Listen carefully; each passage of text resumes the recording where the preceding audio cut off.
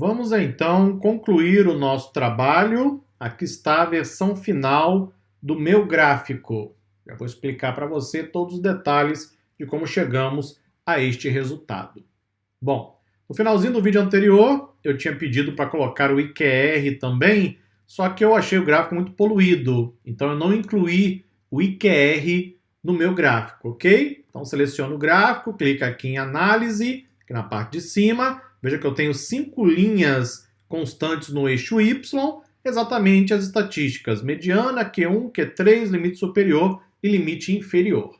Aí eu coloquei a linha rosa, coloquei transparência 0, que é para a linha ficar mais forte, com tracejado. Além disso, aqui embaixo eu habilitei a opção de sombreamento de simetria, porque assim fica mais fácil fazer a leitura do gráfico quando você tem muitos pontos, não é? Se eu não colocar o sombreamento, o gráfico fica um pouco carregado. É mais difícil fazer a leitura, sombreamento suaviza um pouco a aparência. Além disso, eu usei aquele tema, exatamente a exibição aqui em cima, escolhi o tema com fundo azul, também para dar um contraste um pouco maior, e apenas alinhei aqui os elementos da minha área de dados. Ok? Uma outra mudança, clica aqui em formatar, modifiquei os marcadores do círculo para o losango, porque assim também deixa a aparência um pouquinho melhor. Fique à vontade, claro, para customizar o gráfico aí no seu próprio ambiente. Vamos então agora ao trabalho de análise, que é o que realmente importa. Então vou minimizar isso aqui. Observe o que nós temos. Tem uma linha rosa bem no meio aqui, ó. Essa aqui é a linha da mediana, que é o Q2, ok? É o segundo quartil. Tem uma linha rosa logo abaixo, que é o Q1, o primeiro quartil, e uma linha rosa logo acima, que é o terceiro quartil. Além disso, nós temos essas duas linhas rosas que estão nos limites, não é? O limite superior e o limite inferior. Eu coloquei 1,5 para cima, 1,5 para baixo. Essa é uma medida amplamente usada para você classificar outliers. Pronto, agora é só olhar para o gráfico. Qualquer ponto de dado acima da linha rosa, do limite superior, e abaixo do limite inferior, qualquer ponto de dado fora das linhas é um outlier. É a classificação. É uma das possibilidades, não é? Você vai decidir, no final das contas, até onde você vai classificar como outlier. Isso depende, por exemplo, do tipo de problema. Aqui no curso de Cybersecurity Data Science, um dos cursos da formação engenheiro de IA, lá nós fazemos um trabalho, um projeto inteiro de detecção de fraudes em cartão de crédito. Nesse trabalho, nós temos que exatamente olhar para o outlier. Então não estou interessado, por exemplo, nas transações normais. Eu quero olhar para as transações fraudulentas. Então eu crio gráficos exatamente para olhar para os outliers e a partir daí fazer os tratamentos. Lá usamos machine learning, aprendizado de máquina, para ajudar a detectar e prever. E o gráfico, nesse caso, é usado exatamente para olhar para o outlier. Estou reproduzindo aqui para você um exemplo. Eu, particularmente, prefiro usar o Boxplot, uma ferramenta muito mais rápida e fácil para você observar essas estatísticas e detectar os outliers. Mas o Power BI não traz nativamente o Boxplot. Eu teria que usar minha conta corporativa de estudante para poder baixar uma opção lá da loja da Microsoft. Ou então, eu pego o gráfico de dispersão, como eu fiz aqui, coloco as linhas com as estatísticas que foram criadas através de medidas com DAX e pronto, problema resolvido. Nosso trabalho não é usar Power BI, R, Python, nosso trabalho é resolver problemas, não é? Se eu tenho que resolver o problema, entregar o gráfico, analisar e resolver a questão de negócio, ok, vou usar a ferramenta que estiver à minha disposição. Aí está para você o gráfico que indica claramente quais são os outliers, né? Agora não tem mais dúvida. Veja que eu tenho um pontinho aqui bem próximo da linha rosa superior e os pontinhos que estão desgarrados, bem distantes. Ou seja, não estou apenas dizendo que tem outliers, estou mostrando, provando, usando estatística para dizer para você, esses valores estão bem distantes do centro da distribuição. Alguma coisa tem que ser feita com esses valores. Você vai manter, vai deletar as linhas, vai fazer a interpolação, vai substituir por um outro valor. Aí outras análises talvez teriam que ser feitas, né, para escolher e tomar a melhor decisão. Uma outra coisa importante, hein? Veja que eu tenho esses pontinhos que estão bem desgarrados, são outliers claros, né? Mas eu tenho um que está muito próximo do limite superior. E agora?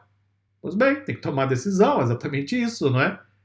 Esse ponto que está próximo da linha é a altura de 2,04 m, 204 centímetros. Aquelas que estão lá bem distantes são 2,70 m, 78. Bom, 2,04 m não é nenhum absurdo, não é? Ou seja, tem pessoas que têm essa altura, é absolutamente normal. Na NBA tem várias pessoas, por exemplo, né, na Liga de Basquete dos Estados Unidos e no Brasil também. Então eu vou manter aquele ponto que está um pouquinho acima, porém parece fazer sentido. Mas eu vou eliminar os pontos que estão muito distantes da distribuição. Quando eu fizer isso agora, é claro que o gráfico vai mudar, não é? Porque eu vou eliminar os pontos que são outliers. E como eu vou fazer isso? Vou substituir os valores pela mediana, que é um 7,2. Vamos fazer isso então?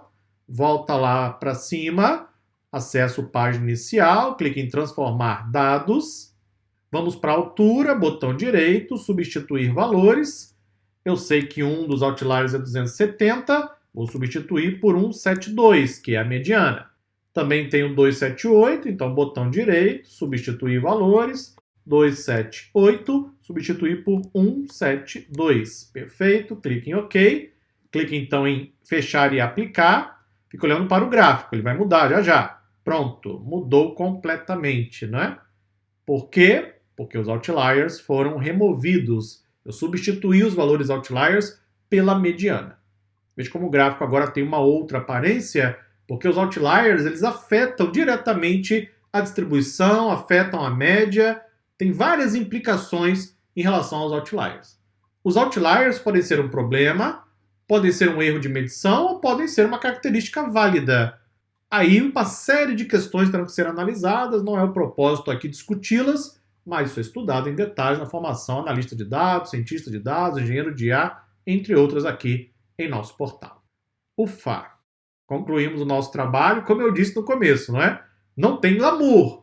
Cadê o gráfico, o dashboard lindo, não é? Exuberante. Não é isso que estamos fazendo aqui. Aqui é um trabalho de limpeza, processamento, manipulação, organização dos dados, que é o trabalho mais importante. É o trabalho que realmente faz diferença no dia a dia. De nada adianta ter um gráfico lindo e maravilhoso que entrega informação errada. Isso vai causar prejuízo, vai causar problemas, é até perigoso. Agora sim temos o nosso conjunto de dados limpo e organizado. Fique à vontade para usar esse conjunto de dados e criar um gráfico dashboard. Eu vou concluir aqui o lado, vou concluir o capítulo, mas você não tem que concluir. Utilize esse conjunto de dados, que agora já está limpo, não é? E então faça algumas análises, faça algum cruzamento de dados. Por exemplo, qual é a média de idade de clientes do tipo ouro? Qual é a média de peso de clientes do tipo prata? Qual é o limite máximo e mínimo de limite de crédito? Quais são os valores, não é? Máximo e mínimo para limite de crédito. Qual estado, por exemplo, tem a maior média de limite de crédito? Transforme esse conjunto de dados em um exercício complementar, crie perguntas de negócio, responda e crie o seu gráfico dashboard. Com tudo que eu já ensinei para você aqui no curso, você consegue fazer sem maiores dificuldades. Considerando ainda que os dados já estão limpos e organizados. Concluímos assim o nosso trabalho, concluímos mais um capítulo, e eu espero que esse capítulo tenha trazido para você algo valioso. Tenha mostrado que análise de dados, ciência de dados é muito, mas muito mais do que só ficar criando gráficos e dashboards. Existe um trabalho prévio que é importante em qualquer projeto de análise de ciência de dados, qualquer um. Você vai precisar em algum momento explorar os dados, limpar, manipular, processar para seguir adiante com outras tarefas. No próximo capítulo, eu vou trazer uma introdução à linguagem M. Não perca, hein? Para quem adora programação, será um dos melhores capítulos do curso. Para quem não gosta, vai ser também, porque eu vou trazer algo muito interessante. Nos encontramos então no próximo capítulo. Muito obrigado e até lá.